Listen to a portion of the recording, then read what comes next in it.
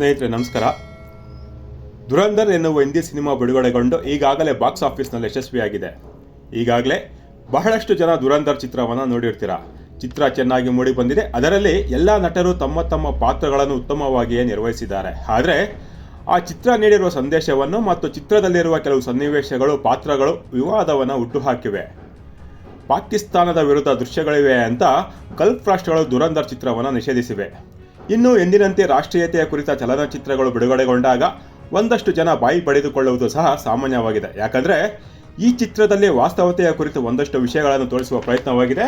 ಹಾಗೂ 2004ರಿಂದ 2014ರವರೆಗೂ ಇದ್ದ ಕಾಂಗ್ರೆಸ್ ನೇತೃತ್ವದ UPA ಸರ್ಕಾರದ ವಿಫಲತೆ ಹಾಗೂ ಆ ಸರ್ಕಾರದ ಅವಧಿಯಲ್ಲಿ ನಡೆದಿದ್ದ ಭಾರತೀಯರು ಜೀರ್ಣಿಸಿಕೊಳ್ಳಲು ಸಾಧ್ಯವಾಗದ ಕೆಲ ಕಹಿ ಸತ್ಯಗಳನ್ನು ದುರಂಧರ್ ಚಿತ್ರದಲ್ಲಿ ತೋರಿಸಲಾಗಿದೆ. ಹಾಗೂ ಅದು ನನಗೂ ಆ ಚಿತ್ರ ನೋಡಿದಲ್ಲಿಂದ ಬಹಳ ಕಾಡ್ತಾ ಇತ್ತು. ಆ ಕಹಿ ಸತ್ಯಗಳ ಕುರಿತು ಕೆಲ ಮಾಹಿತಿಗಳನ್ನು ತಮ್ಮೊಂದಿಗೆ ದಾಖಲೆಗಳ ಸಮೇತ ಹಂಚಿಕೊಳ್ಳುವ ಪ್ರಯತ್ನವನ್ನು ಮಾಡ್ತಾ ಇದ್ದೀನಿ. ಸ್ನೇಹಿತರೆ, ಈ ಮಾಹಿತಿಯು ನಿಮಗೆ ಇಷ್ಟವಾಗಿದ್ದಲ್ಲಿ ದಯವಿಟ್ಟು ಲೈಕ್ ಮಾಡಿ, ಸಬ್ಸ್ಕ್ರೈಬ್ ಮಾಡಿ, ಅಭಿಪ್ರಾಯಗಳನ್ನು ಕಾಮೆಂಟ್ ಮಾಡುವ ಮೂಲಕ ಬೆಂಬಲಿಸಿ, ಪ್ರೋತ್ಸಾಹಿಸಿ.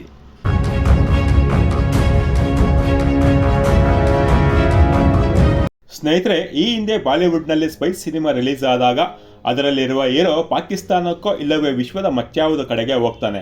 ಅಲ್ಲಿ ಪಾಕಿಸ್ತಾನದ ಇಲ್ಲವೇ ಶತ್ರುಗಳ ಕಡೆ ಇರುವ ಹುಡುಗಿಯೊಬ್ಬಳ ಪರಿಚಯವಾಗುತ್ತೆ. ಅಂದರೆ ಅವಳು ಶತ್ರು ರಾಷ್ಟ್ರದ ಸ್ಪೈ ಆಗಿರ್ತಾಳೆ. ಅವಳು ಇವನ ಹಿಂದೆ ಬಿದ್ದಿರ್ತಾಳೆ. ಬಳಿಕ ಇವರಿಬ್ಬರ ಮಧ್ಯೆ ಪ್ರೀತಿ ಉಂಟಾಗುತ್ತೆ. ಅದರ ನಡುವೆ ಒಂದಷ್ಟು ರೊಮ್ಯಾಂಟಿಕ್ ದೃಶ್ಯಗಳು. ಆ ನಂತರ ಇಬ್ಬರು ಸೇರಿ ಭಯೋತ್ಪಾದಕರ ವಿರುದ್ಧ ಆಪರೇಷನ್ ಮಾಡಿ ಮಿಷನ್ ಕಂಪ್ಲೀಟ್ ಮಾಡ್ತಾರೆ. ಇದಿಷ್ಟು ಇಲ್ಲಿಯವರೆಗೂ ಬಾಲಿವುಡ್ನಲ್ಲಿ ಬರ್ತಾ ಇದ್ದ ಭಾರತದ ಸ್ಪೈ ಚಿತ್ರಗಳು. ಆದರೆ ದುರಂಧರ್ ಆ ಸಾಲಿಗೆ ಸೇರಿಕೊಳ್ಳೋದಿಲ್ಲ. ವಾಸ್ತವತೆಯನ್ನು ಒಳಗೊಂಡು ಪಾಕಿಸ್ತಾನದಲ್ಲಿರುವ ಕೆಲ ಸನ್ನಿವೇಶಗಳೊಂದಿಗೆ ಪಾತ್ರಗಳನ್ನು ಸೃಷ್ಟಿಸಿ ನೈಜತೆಗೆ ಹತ್ತಿರವಾಗಿ ಚಿತ್ರವನ್ನು ಮಾಡಿದ್ದಾರೆ. ಚಿತ್ರದಲ್ಲಿ ತೋರಿಸಿರುವಂತೆ ಘಟನೆಗಳು ನಡೆದಿದೆಯೋ ಗೊತ್ತಿಲ್ಲ ಮತ್ತು ಸಂಪೂರ್ಣವಾಗಿ ನೈಜತೆಯನ್ನು ಚಿತ್ರದಲ್ಲಿ ತೋರಿಸಲು ಸಹ ಆಗುವುದಿಲ್ಲ. ಆದರೆ ಈ ಚಿತ್ರ ಪಾಕಿಸ್ತಾನದ ಪೈಜಾಮವನ್ನು ಜಾಗತಿಕ ಮಟ್ಟದಲ್ಲಿ ಕಳಚಿ ಹಾಕಿರೋದಂತೂ ಸತ್ಯ. ಅದರ ಜೊತೆಗೆ 2004ರಿಂದ 2014ರವರೆಗೆ UPA ಸರ್ಕಾರದಲ್ಲಿದ್ದ ಪ್ರಭಾವಿ ರಾಜಕಾರಣಿಗಳು ಹಾಗೂ ಮಂತ್ರಿಗಳು ಸಹ ದೇಶದ್ರೋಹದ ಕೃತ್ಯಗಳಲ್ಲಿ ಭಾಗಿಯಾಗಿದ್ದು ಹೇಗೆ ತನ್ನ ಮಾತೃಭೂಮಿಗೆ ದ್ರೋಹವನ್ನು ಬಗೆದಿದ್ದಾರೆ ಎಂಬುದನ್ನು ತೋರಿಸಿದ್ದಾರೆ. ಇದನ್ನು ಭಾರತೀಯರು ಅರಗಿಸಿಕೊಳ್ಳಲು ಸ್ವಲ್ಪ ಕಷ್ಟವಾಗುತ್ತೆ. ಯಾಕಂದರೆ ನಾವೇ ಮತ ಹಾಕಿ ಆರಿಸಿ ಕಳಿಸಿದವರು ನಮಗೆ ದ್ರೋಹ ಬಗೆತಾರೆ ಅಂದರೆ ಅದನ್ನು ಅರಗಿಸಿಕೊಳ್ಳೋದು ಕಷ್ಟ ತಾನೇ. ದೇಶದ ಒಳಗೆ ಉಗ್ರರು ಹೇಗೆ ಬರ್ತಾರೆ, ಅಷ್ಟು ಪ್ರಮಾಣದ RDX ದೇಶದ ಒಳಗೆ ಹೇಗೆ ಬರುತ್ತೆ ಅಂತ ಕೇಳ್ತಾ ಇದ್ದವರಿಗೆ ಉತ್ತರ ದುರಂಧರ್ ಚಿತ್ರದಲ್ಲಿದೆ. ದೇಶವನ್ನು ಆಳುವ ಮಂತ್ರಿಗಳೇ ಶತ್ರು ರಾಷ್ಟ್ರಗಳ ಜೊತೆ ಸೇರಿ ದೇಶದ್ರೋಹಿ ಕೃತ್ಯಗಳಲ್ಲಿ ಭಾಗಿಯಾಗ್ತಾ ಇದ್ರೆ 365 ದಿನಗಳ ಕಾಲ ಭಾರತದ ಗಡಿ ಕಾಯುವ ಯೋಧರು ಏನು ತಾನೇ ಮಾಡಲು ಸಾಧ್ಯ? ಇದೇ ದೇಶದ್ರೋಹಿ ರಾಜಕಾರಣಿಗಳು ಹಾಗೂ ಅವರು ಸಾಕಿರೋ ಗುಲಾಮರೇ ಸೇನೆ ಉಗ್ರರನ್ನು ಹೊಡೆದು ಹಾಕಿದಾಗ ಮಾನವ ಹಕ್ಕುಗಳ ದಮನವಾಗ್ತಾ ಇದೆ ಅಂತ ಹೋರಾಟ ನಡೆಸ್ತಾರೆ. ಪದೇ ಪದೇ ಸೇನೆಯನ್ನು ಅವಮಾನಿಸುತ್ತಾ ಸೇನೆಯ ಶೌರ್ಯ ಪರಾಕ್ರಮಗಳ ಕುರಿತು ಪ್ರಶ್ನೆ ಮಾಡ್ತಾರೆ. ಆದರೂ ನಮ್ಮಲ್ಲಿರುವ ಬಹಳಷ್ಟು ಜನಕ್ಕೆ ಇನ್ನೂ ಅರ್ಥವಾಗೋದಿಲ್ಲ. ದೇಶದ ಪರ ಹಾಗೂ ಹಿಂದೂ ಧರ್ಮದ ಪರ ಮಾತನಾಡ್ತಾ ಇದ್ರೆ ಆತ RSS, ಆತ ಕೋಮುವಾದಿ ಅಂತೆಲ್ಲ ಹೇಳ್ಕೊಳ್ತಿರ್ತಾರೆ. ಅದೇ ಹಿಂದೂ ಧಾರ್ಮಿಕ ಮೆರವಣಿಗೆಗಳ ಮೇಲೆ ಕಲ್ಲು ತೂರಾಟ ನಡೆಸಿದರೆ ಅದನ್ನು ಪ್ರಶ್ನೆ ಮಾಡೋದಿಲ್ಲ. ಆದರೆ ಅದನ್ನು ಖಂಡಿಸಿ ಪ್ರತಿಭಟಿಸುವ ಹಿಂದೂಗಳ ಮೇಲೆ ಟೀಕೆ ಮಾಡ್ತಾರೆ. ಬಹುಸಂಖ್ಯಾತ ಹಿಂದೂಗಳ ರಾಷ್ಟ್ರದಲ್ಲಿ ಇದಕ್ಕಿಂತ ಘೋರ ದುರಂತ ಇನ್ನೇನಿರುತ್ತೆ? ವಿಶ್ವದ ಇನ್ಯಾವುದೇ ಬಹುಸಂಖ್ಯಾತರ ಸಂಖ್ಯೆ ಹೆಚ್ಚಿರುವ ದೇಶಗಳಲ್ಲಿ ಬಹುಸಂಖ್ಯಾತರ ದೌರ್ಜನ್ಯಕ್ಕೆ ಒಳಗಾಗಿರುವ ಪರಿಸ್ಥಿತಿ ವಿಶ್ವದ ಯಾವುದಾದರೂ ದೇಶದಲ್ಲಿ ಇದೆಯಾ? ಇಲ್ಲವೇ ಇಲ್ಲ. ಅದು ಭಾರತದಲ್ಲಿ ಮಾತ್ರ ಕಾಣಲು ಸಾಧ್ಯ. ಆದರೂ ಹಿಂದೂಗಳು ಅಸಹಿಷ್ಣುಗಳು. ಅದನ್ನು ಪ್ರಶ್ನೆ ಮಾಡುತ್ತಾ ಹಿಂದೂಗಳ ಹಕ್ಕಿಗಾಗಿ ಹೋರಾಡುವವರು ಕೋಮುವಾದಿಗಳು. ಹೇಗಿದೆ ನೋಡಿ ಇವರುಗಳ ಲಾಜಿಕ್. ಅದಕ್ಕೆ ಸೆಕ್ಯುಲರ್ ಎಂಬ ಮುಖವಾಡ ಬೇರೆ. ಹಿಂದೂ ಜಾಗೃತನಾದರೆ ತಾನೇ ಇವರುಗಳ ದೇಶದ್ರೋಹಿ ವ್ಯಕ್ತಿತ್ವದ ಮುಖವಾಡಗಳು ಕಳಚಿ ಬೀಳೋದು. ಅದಕ್ಕೆ ಹಿಂದೂಗಳ ಮಧ್ಯೆಯೇ ಒಡಕು ಮೂಡಿಸಿ ಹಿಂದೂಗಳನ್ನು ವಿಭಜಿಸಿ ತಮ್ಮ ರಾಜಕೀಯ ಸ್ವಾರ್ಥ ಹಿತಾಸಕ್ತಿಗಳಿಗಾಗಿ ತಾವು ಹುಟ್ಟಿರುವ ಮಾತೃಭೂಮಿಗೆ ದ್ರೋಹ ಬಗೆಯುವಂತಹ ಕೆಲಸಗಳು ಕಳೆದ 70ರಿಂದ 80 ವರ್ಷಗಳಿಂದ ನಿರಂತರವಾಗಿ ನಡೆದುಕೊಂಡೇ ಬರ್ತಾ ಇದೆ. ಇನ್ನು ಈಗ ದುರಂಧರ್ ಚಿತ್ರಕ್ಕೆ ಬರೋಣ. ಚಿತ್ರದಲ್ಲಿ ತೋರಿಸಿರುವಂತೆ ದೇಶದ ಮೇಲೆ ಅವಾಗವಾಗ ಭಯೋತ್ಪಾದಕ ದಾಳಿಗಳು ನಡೀತಾ ಇರ್ತವೆ. ಅವುಗಳನ್ನು ತಡೆಯಲು ಅಂದಿನ ಸರ್ಕಾರಗಳು ಅಸಮರ್ಥವಾಗಿರ್ತವೆ. ಚಿತ್ರದಲ್ಲಿ ತೋರಿಸಿರುವಂತೆ ಭಾರತದ IB ಮುಖ್ಯಸ್ಥರಾಗಿರುವ ಅಜಯ್ ಸನ್ಯಾಲ್ ಎಂಬ ವ್ಯಕ್ತಿ ಹೇಗಾದರೂ ಮಾಡಿ ಭಯೋತ್ಪಾದಕರನ್ನು ನಿಗ್ರಹಿಸುವ ಕಾರ್ಯಗಳಿಗೆ ಪ್ರಯತ್ನಿಸ್ತಾರೆ. ಆದರೆ ಅಂದಿನ ಸರ್ಕಾರದಿಂದ ಸರಿಯಾದ ಬೆಂಬಲ ಸಿಗುವುದಿಲ್ಲ. ಅದರ ಮಧ್ಯೆ ಭಾರತದಲ್ಲಿ ವ್ಯಾಪಕವಾಗಿ ಕೋಟಾ ನೋಟುಗಳು ಚಲಾವಣೆಯಾಗುತ್ತಿದ್ದು ಅದರಲ್ಲಿ ಭಾರತದ ಪ್ರಭಾವಿ ಮಂತ್ರಿಗಳು ಹಾಗೂ ಅವರ ಕೆಲ ಸಹಚರರು ತೊಡಗಿಸಿಕೊಂಡಿರೋದು ಗೊತ್ತಾಗುತ್ತೆ. ಆದರೆ ಆ IB ಅಧಿಕಾರಿ ಏನು ಮಾಡಲು ಸಾಧ್ಯ ಆಗದೆ ಅಸಹಾಯಕರಾಗಿರ್ತಾರೆ. ಚಿತ್ರದಲ್ಲಿ ಮಾತ್ರ ಅಲ್ಲದೆ ನಿಜ ಜೀವನದಲ್ಲಿಯೂ ಸಹ ಅದೇ ಅಧಿಕಾರಿ ಹೇಳಿರುವಂತೆ ಭಾರತೀಯರ ಶತ್ರುಗಳು ಭಾರತೀಯರೇ ಆಗಿದ್ದಾರೆ. ಪಾಕಿಸ್ತಾನ ನಂತರದ 2ನೇ ಸ್ಥಾನದಲ್ಲಿ ಬರುತ್ತೆ ಅಂತ ಹೇಳ್ತಾರೆ. हिंदुस्तानियों को हराया है तो हमेशा हिंदुस्तान के लोगों ने साथ नहीं दिया देश का। और दर्द है तो केवल इसी बात का। भारत के इतिहास में अगर दर्द केवल इस बात का नहीं है कि विदेशियों ने हमारे साथ क्या किया, उनका तो हम मुकाबला कर लेते। दुख इस बात का था कि हमारे सभी लोगों ने साथ नहीं निभाया और साथ नहीं दिया, और इसकी फीलिंग ಬಳಿಕ ಅವರು ದೇಶದಲ್ಲಿ ದೇಶಭಕ್ತ ಸರ್ಕಾರ ಬರುವವರೆಗೂ ಕಾಯಬೇಕೆಂದು, ಅದಕ್ಕಾಗಿ ಈಗಿನಿಂದಲೇ ಸಾಕ್ಷಿಗಳನ್ನು ಸಂಗ್ರಹಿಸಿ ಇಟ್ಟುಕೊಂಡರೆ ಮುಂದೆ ಉಪಯೋಗಕ್ಕೆ ಬರುತ್ತದೆ ಅಂತ ಐಬಿ ಅಧಿಕಾರಿ ಅಜಯ್ ಸನ್ಯಾಲ್ ಚಿತ್ರದಲ್ಲಿ ಹೇಳ್ತಾರೆ. ಅದರ ನಂತರ ಅವರು ದೀರ್ಘಕಾಲದ ಯೋಜನೆಯನ್ನು ಸಿದ್ಧ ಮಾಡ್ತಾರೆ. ಶತ್ರು ರಾಷ್ಟ್ರಗಳ ಒಳಗೆ ನುಗ್ಗಿ ಶತ್ರುಗಳ ಮಧ್ಯದಲ್ಲೇ ಇದ್ದುಕೊಂಡು ಅಲ್ಲಿ ಶತ್ರುಗಳ ಕಾರ್ಯಾಚರಣೆಗಳ ಮಾಹಿತಿಗಳನ್ನು ಭಾರತಕ್ಕೆ ತಲುಪಿಸುವುದು ಮತ್ತು ಅಲ್ಲಿಯೇ ಇದ್ದುಕೊಂಡು ವಿರೋಧಿಗಳ ಮಧ್ಯೆ ಒಬ್ಬನಾಗಿದ್ದುಕೊಂಡು ಶತ್ರುಗಳ ನೆಟ್ವರ್ಕ್ಗಳನ್ನು ನಾಶ ಮಾಡುವುದು. ಚಿತ್ರದಲ್ಲೇ ಈ ಕಾರ್ಯಾಚರಣೆಗೆ ಅವರು ಹೆಸರಿಟ್ಟಿದ್ದು ಆಪರೇಷನ್ ದುರಂಧರ್.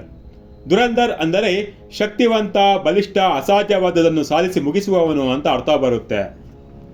ಇನ್ನು ಚಿತ್ರದ ಕುರಿತು ಚಿತ್ರದಲ್ಲಿ ಮೂಡಿ ಬಂದಿರುವ ಲಿಯಾರಿ ಎನ್ನುವ ಕರಾಚಿಯ ಕರಾವಳಿಯ ಪ್ರದೇಶ ಹಾಗೂ ಅಲ್ಲಿದ್ದ ಗ್ಯಾಂಗ್ಗಳು ಮತ್ತು ಅವರ ನಡುವೆ ನಡೆಯುತ್ತಿದ್ದ ಗ್ಯಾಂಗ್ ವಾರ್ಗಳು, ಅಲ್ಲಿ ನಡೆಯುತ್ತಿದ್ದ ಅಕ್ರಮ ಶಸ್ತ್ರಾಸ್ತ್ರಗಳ ಫ್ಯಾಕ್ಟರಿಗಳು ಹಾಗೂ ಅದೇ ಅಕ್ರಮ ಆಯುಧಗಳನ್ನು ವಿದೇಶಗಳಿಗೆ ರಫ್ತು ಮಾಡಿ ಹಣ ಸಂಪಾದಿಸಿ ಭಾರತದ ವಿರುದ್ಧ ಬಳಸುವುದು ಎಲ್ಲವನ್ನು ಚಿತ್ರದಲ್ಲಿ ತೋರಿಸಲಾಗಿದೆ. ಅದರ ಬಗ್ಗೆ ಹೆಚ್ಚೇನು ಹೇಳಲು ಹೋಗೋದಿಲ್ಲ. ಆದರೆ ಅಲ್ಲಿ ನಕಲಿ ನೋಟುಗಳನ್ನು ತಯಾರಿಸುತ್ತಿದ್ದವರ ಕುರಿತು ತೋರಿಸಿದ್ದಾರಲ್ಲ, ಅದರ ಬಗ್ಗೆ ಕೆಲವು ವಿಷಯಗಳನ್ನು ದಾಖಲೆಗಳೊಂದಿಗೆ ತಮ್ಮ ಎದುರು ಇಡ್ತಾ ಇದ್ದೀನಿ. ಒಂದು ದೇಶದ ಆರ್ಥಿಕ ವ್ಯವಸ್ಥೆಯನ್ನು ಹಾಳು ಮಾಡಿ ಅದನ್ನು ಬುಡಮೇಲು ಮಾಡಲು ಕೋಟಾ ನೋಟುಗಳು ಪ್ರಮುಖ ಪಾತ್ರ ವಹಿಸುತ್ತವೆ. ಅಂತಹ ದೇಶದ್ರೋಹಿ ಕೃತ್ಯಗಳಲ್ಲಿ ನಮ್ಮ ಜನಪ್ರತಿನಿಧಿಗಳು ಮತ್ತು ಮಂತ್ರಿಗಳು ಭಾಗವಹಿಸಿ ಮಾತೃಭೂಮಿಗೆ ದ್ರೋಹ ಬಗೆಯುವುದಿದೆಯಲ್ಲ, ಅದು ಮಾತ್ರ ಎಂದಿಗೂ ಕ್ಷಮಿಸಲಾರದ ಅಪರಾಧ. ಪಾಕಿಸ್ತಾನದಲ್ಲಿ 1993ರಲ್ಲಿ ಕನ್ನಾನಿ ಮತ್ತು ಕಾಲಿಯಾ ಬ್ರದರ್ಸ್ ಸೇರಿ international money exchanging and currency ಬಿಸ್ನೆಸ್ಸನ್ನು ಶುರು ಮಾಡ್ತಾರೆ. ಪಾಕಿಸ್ತಾನದ 40% ಹಣ ವರ್ಗಾವಣೆ ದಂಧೆ ಇವರ ಕಂಟ್ರೋಲ್ನಲ್ಲಿ ಇರುತ್ತೆ. ಇವರ ಮೇನ್ ಬಿಸ್ನೆಸ್ ಇಂಟರ್ನ್ಯಾಷನಲ್ ಮನಿ ಎಕ್ಸ್ಚೇಂಜ್ ಆಗಿದ್ದರೂ ಅವರ ಪ್ರಮುಖ ಉದ್ಯೋಗ ಹವಾಲಾ ಆಗಿರುತ್ತೆ. ಕನ್ನಾನಿ ಬ್ರದರ್ಸ್ ಗ್ರೂಪ್ ಹಿಜ್ಬುಲ್ಲಾ, ಅಲ್ ಖೈದಾದಂಥ ಉಗ್ರ ಸಂಘಟನೆಗಳಿಗೆ ಹಣ ನೀಡ್ತಾ ಇರ್ತಾರೆ. 1993ರ ಮುಂಬೈ ಬ್ಲಾಸ್ಟ್, 2006ರಲ್ಲಿ ಮುಂಬೈ ತಾಜ್ ಹೋಟೆಲಿನ ಮೇಲೆ ದಾಳಿ ಸೇರಿದಂತೆ ಭಾರತದ ವಿರುದ್ಧ ನಡೆದಿದ್ದ ಭಯೋತ್ಪಾದಕ ದಾಳಿಗಳಿಗೆ ಹಣವನ್ನು ನೀಡಿತ್ತು. ಕನ್ನಾನಿ ಬ್ರದರ್ಸ್ ಗ್ರೂಪ್ ಮುಖಾಂತರ ಅದೇ ಹವಾಲಾ ಹಣದಲ್ಲಿ ಪಾಕಿಸ್ತಾನ ಆಯುಧಗಳನ್ನು ಖರೀದಿ ಮಾಡ್ತಾ ಇತ್ತು. ಅದೇ ದುಡ್ಡನ್ನು ಭಯೋತ್ಪಾದಕರಿಗೆ ಹಂಚ್ತಾ ಇತ್ತು. ಅದೇ ದುಡ್ಡನ್ನು ಕಾಶ್ಮೀರದಲ್ಲಿ ಪ್ರತ್ಯೇಕತಾವಾದಿಗಳಿಗೂ ಸಹ ಹಂಚ್ತಾ ಇತ್ತು. ಆ ಹಣ ದೇಶದ ಒಳಗೆ ದೇಶದ್ರೋಹಿ ಕೃತ್ಯ ನಡೆಸುತ್ತಿದ್ದವರ ಕೈ ಸೇರಿ ಅದು ನಮ್ಮ ದೇಶ ಮತ್ತು ಸೇನೆಯ ವಿರುದ್ಧ ಬಳಕೆಯಾಗ್ತಾ ಇತ್ತು. 2015ರಲ್ಲಿ US ಸರ್ಕಾರ ಅಲ್ತಾಫ್ ಕನ್ನಾನಿಯನ್ನು transnational criminal organisation act ಅಡಿಯಲ್ಲಿ ಬಂಧಿಸುತ್ತೆ ಹಾಗೂ ವಿಚಾರಣೆ ವೇಳೆಯಲ್ಲಿ ಆತ ತನ್ನ ತಪ್ಪನ್ನು ಒಪ್ಪಿಕೊಳ್ತಾನೆ. ಅಮೆರಿಕದ ನ್ಯಾಯಾಲಯ ಆತನಿಗೆ 68 ತಿಂಗಳ ಜೈಲು ಶಿಕ್ಷೆ ಮತ್ತು $2,50,000 ದಂಡವನ್ನು ವಿಧಿಸುತ್ತೆ. ಈತನ ಸಹೋದರ ಜಾವೇದ್ ಕನ್ನಾನಿ 2016ರಲ್ಲಿ ನಿರ್ಮಾಣ ಹಂತದಲ್ಲಿ ಇದ್ದ ಕಟ್ಟಡವೊಂದರಿಂದ ಬಿದ್ದು ಸಾಯ್ತಾನೆ. ಕನ್ನಾನಿ ಬ್ರದರ್ಸ್ ಗ್ರೂಪ್ ಪ್ರತಿದಿನ $10 ಮಿಲಿಯನ್ ಹವಾಲಾ ದಂಧೆಯನ್ನು ನಡೆಸ್ತಾ ಇತ್ತು ಅಂತ ಹೇಳಲಾಗ್ತದೆ. ಇನ್ನೂ ನೇರವಾಗಿ ಚಿತ್ರದಲ್ಲಿ ತೋರಿಸಿರುವಂತೆ UPA ಸರ್ಕಾರದ ಅವಧಿಯಲ್ಲಿದ್ದ ಪ್ರಭಾವಿ ಮಂತ್ರಿಗಳ ಪಾತ್ರಗಳ ಕುರಿತು ಹೇಳಬೇಕಾದ್ರೆ 2004ರ ವಾಜಪೇಯಿ ಸರ್ಕಾರದ ನಂತರ 2004ರಲ್ಲಿ ಕೇಂದ್ರದಲ್ಲಿ ಕಾಂಗ್ರೆಸ್ ನೇತೃತ್ವದ UPA ಸರ್ಕಾರ ಅಧಿಕಾರಕ್ಕೆ ಬರುತ್ತೆ ಹಾಗೂ ಮನಮೋಹನ್ ಸಿಂಗ್ ದೇಶದ ಪ್ರಧಾನಿಯಾಗ್ತಾರೆ ಮತ್ತು P. ಚಿದಂಬರಂ ಅವರು ದೇಶದ ಆರ್ಥಿಕ ಸಚಿವರಾಗ್ತಾರೆ. ಅರವಿಂದ್ ಮಾಯಾರಾಮ್ ಎಂಬುವವರು ಚಿದಂಬರಂ ಅವರ ಆಪ್ತ ಕಾರ್ಯದರ್ಶಿಯಾಗಿ ನೇಮಕಗೊಳ್ತಾರೆ. ಬಳಿಕ ಇವರುಗಳು ಸೇರಿ SPMCIL ಎನ್ನುವ ಅಂದರೆ security printing and minting corporation of India ಎಂಬ ಸರ್ಕಾರಿ ಸಂಸ್ಥೆಯನ್ನು ಸ್ಥಾಪಿಸ್ತಾರೆ. ಡಿಲಾರು ಎನ್ನುವ ಲಂಡನ್ನಿನ ಕಂಪನಿಗೆ ಭಾರತದ ಕರೆನ್ಸಿ ನೋಟಿಗೆ ಪೇಪರ್ಗಳನ್ನು ಸಪ್ಲೈ ಮಾಡಲು ಹಾಗೂ ನೋಟಿನಲ್ಲಿ ಒಂದಷ್ಟು ಭದ್ರತಾ ವೈಶಿಷ್ಟ್ಯಗಳನ್ನು ಸೇರಿಸಿ ಮಾರ್ಪಾಡು ಮಾಡಲು ಹೇಳಲಾಗುತ್ತದೆ. ಆದರೆ ಆ ಕಂಪನಿ ಭಾರತದ ಕರೆನ್ಸಿ ಪೇಪರ್ ಸಪ್ಲೈ ಮಾಡಲು ಹಾಗೂ ಭದ್ರತಾ ವೈಶಿಷ್ಟ್ಯಗಳನ್ನು ಅಳವಡಿಸಲು ಪೇಟೆಂಟನ್ನು ಹೊಂದಿರೋದಿಲ್ಲ. 2005ರಲ್ಲಿ ಕಂಪನಿ ಪೇಟೆಂಟ್ಗೆ ಅರ್ಜಿ ಹಾಕಿರುತ್ತೆ. ಆದರೆ ಪೇಟೆಂಟ್ ಹೊಂದಿರುವುದಕ್ಕಿಂತ ಮೊದಲೇ ಭಾರತ ಡಿಲಾರು ಕಂಪನಿಯ ಕಡೆಯಿಂದ ಕರೆನ್ಸಿ ಪ್ರಿಂಟ್ ಮಾಡೋದಕ್ಕೆ ಪೇಪರನ್ನು ತರಿಸಿಕೊಂಡಿರುತ್ತೆ ಮತ್ತು ಇದೇ ಕಂಪನಿ ಪಾಕಿಸ್ತಾನಕ್ಕೂ ಸಹ ಕರೆನ್ಸಿ ಪ್ರಿಂಟ್ ಮಾಡೋದಕ್ಕೆ ಪೇಪರನ್ನು ಒದಗಿಸ್ತಾ ಇರುತ್ತೆ. ಅಂದಮೇಲೆ ಪಾಕಿಸ್ತಾನಕ್ಕೆ ಭಾರತದ ಕರೆನ್ಸಿಯನ್ನು ಪ್ರಿಂಟ್ ಮಾಡೋದಕ್ಕೆ ಇನ್ನೇಂತಾನೆ ಕಷ್ಟ ಆಗುತ್ತೆ ಹೇಳಿ. ಡಿಲಾರು 2005ನೇ ಇಸವಿಯಲ್ಲಿ ಪೇಟೆಂಟ್ಗೆ ಅರ್ಜಿ ಹಾಕಿರುತ್ತೆ. ಆದರೆ 2009 ಮಾರ್ಚ್ 13ರಂದು ಅದಕ್ಕೆ ಪೇಟೆಂಟ್ ಸಿಗುತ್ತೆ. 2009 ಮಾರ್ಚ್ 13ರಿಂದ ಜೂನ್ 17, 2011ರವರೆಗೆ ಸುಮಾರು 2 ವರ್ಷಗಳ ಅವಧಿಯವರೆಗೆ ಪೇಟೆಂಟ್ ಮಂಜೂರಾಗಿರುತ್ತೆ. ಆದರೆ 2006ರಲ್ಲಿ RBI ಮತ್ತು SPMCIL ಡಿಲಾರು ಕಂಪನಿ ಪೇಟೆಂಟನ್ನು ಹೊಂದಿಲ್ಲ ಅಂತ ಆರೋಪ ಮಾಡಿರ್ತವೆ. ಆದರೆ ಅಂದಿನ ಹಣಕಾಸು ಸಚಿವರಾಗಿದ್ದ ಪಿ ಚಿದಂಬರಂ ಅದಕ್ಕೆ ತಲೆ ಕೆಡಿಸಿಕೊಳ್ಳೋಕ್ಕೆ ಹೋಗಿರೋದಿಲ್ಲ.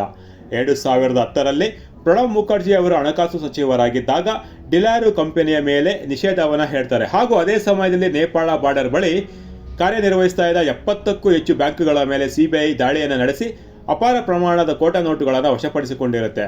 ಆ ಬಳಿಕ ಮತ್ತೆ 2012ರಲ್ಲಿ ಪಿ ಚಿದಂಬರಂ ದೇಶದ ಆರ್ಥಿಕ ಸಚಿವರಾಗ್ತಾರೆ. ಹಾಗೂ ಅದೇ ಸಮಯದಲ್ಲಿ ಡಿಲಾರು ಕಂಪನಿಯ ಅವಧಿಯನ್ನು ಮತ್ತೆ 3 ವರ್ಷಗಳವರೆಗೆ ವಿಸ್ತರಣೆ ಮಾಡ್ತಾರೆ. ಇದೆಲ್ಲ ಘಟನೆಗಳನ್ನು ದುರಂಧರ್ ಚಿತ್ರದಲ್ಲಿ ವಿವರಿಸುವ ಪ್ರಯತ್ನವನ್ನು ಮಾಡಿದ್ದಾರೆ. ಆ ಬಳಿಕ 2014ರಲ್ಲಿ ನರೇಂದ್ರ ಮೋದಿ ಅವರು ದೇಶದ ಪ್ರಧಾನಿಯಾಗ್ತಾರೆ. ದುರಂಧರ್ ಚಿತ್ರದಲ್ಲಿ ತೋರಿಸಿರುವಂತೆ ಅಜಯ್ ಸನ್ಯಾಲ್ ಎಂಬ ಐಬಿ ಅಧಿಕಾರಿ ದೇಶಭಕ್ತ ಸರ್ಕಾರ ಬರುವವರೆಗೂ ಕಾಯಬೇಕು, ಅಲ್ಲಿಯವರೆಗೂ ತಾಳ್ಮೆಯಿಂದ ಕಾಯ್ದು ಸಾಕ್ಷಿಗಳನ್ನು ಸಂಗ್ರಹಿಸೋಣ ಅಂತ ಹೇಳಿರ್ತಾರೆ. ಮತ್ತೆ 2014ರಿಂದ ಮೋದಿ ಪ್ರಧಾನಿಯಾದ ಬಳಿಕ ಆ ದೇಶಭಕ್ತ ಐಬಿ ಅಧಿಕಾರಿ ಅಂದುಕೊಂಡಿದ್ದಂತೆ ಅವರಂದುಕೊಂಡಿದ್ದ ಕಾರ್ಯಗಳು ವೇಗವನ್ನು ಪಡೆದುಕೊಳ್ಳುತ್ತವೆ. ಅವರ ದಶಕಗಳ ಕನಸು ಹಾಗೂ ಅವರ ದಶಕಗಳ ತಪಸ್ಸು ಸಾಕಾರಗೊಳ್ಳತೊಡಗುತ್ತದೆ. ಆ ಬಳಿಕ 2016 ನವೆಂಬರ್ 8ನೇ ತಾರೀಕು ರಾತ್ರಿ 8 ಗಂಟೆಗೆ ಪ್ರಧಾನಿ ಮೋದಿಯವರು ಡಿಮಾನಿಟೈಸೇಷನ್ಗೆ ಕರೆ ಕೊಡ್ತಾರೆ. ಅದರಂತೆ ಅಲ್ಲಿಯವರೆಗೂ ಭಾರತದಲ್ಲಿ ಚಲಾವಣೆಯಲ್ಲಿದ್ದ 500 ಹಾಗೂ 1000 ಮುಖಬೆಲೆಯ ನೋಟುಗಳು ನಿಷೇಧವಾಗ್ತವೆ. ಮೋದಿಯವರ ಈ ನಿರ್ಧಾರ ಬ್ಲ್ಯಾಕ್ ಮನಿ ಹೊಂದಿರುವವರಿಗೆ ಹೊಡೆತವನ್ನು ನೀಡುತ್ತದೆ. ಪ್ರಮುಖವಾಗಿ ಭಾರತದ ವಿರುದ್ಧ ಬಳಸಲಾಗುತ್ತಿದ್ದ ಹಾಗೂ ಭಾರತದ ಆರ್ಥಿಕ ವ್ಯವಸ್ಥೆಗೆ ಸವಾಲಾಗಿದ್ದ ಕೋಟಾ ನೋಟು ದಂಧೆ ಮಕಾಡೆ ಮಲಗುತ್ತದೆ. ಭಯೋತ್ಪಾದಕರಿಗೆ, ನಕ್ಸಲರಿಗೆ ತಲುಪುತ್ತಿದ್ದ ಹಾಗೂ ಅವರ ಬಳಿ ಇದ್ದ ಅಪಾರ ಪ್ರಮಾಣದ ಸಾವಿರಾರು ಕೋಟಿ ರೂಪಾಯಿಗಳು ನಿರುಪಯುಕ್ತಗೊಂಡು ಪ್ರಯೋಜನಕ್ಕೆ ಬಾರದೆ ಉಗ್ರರಿಗೆ ಮತ್ತು ನಕ್ಸಲರಿಗೆ ಭಾರಿ ಆರ್ಥಿಕ ಹೊಡೆತವನ್ನು ನೀಡುತ್ತವೆ.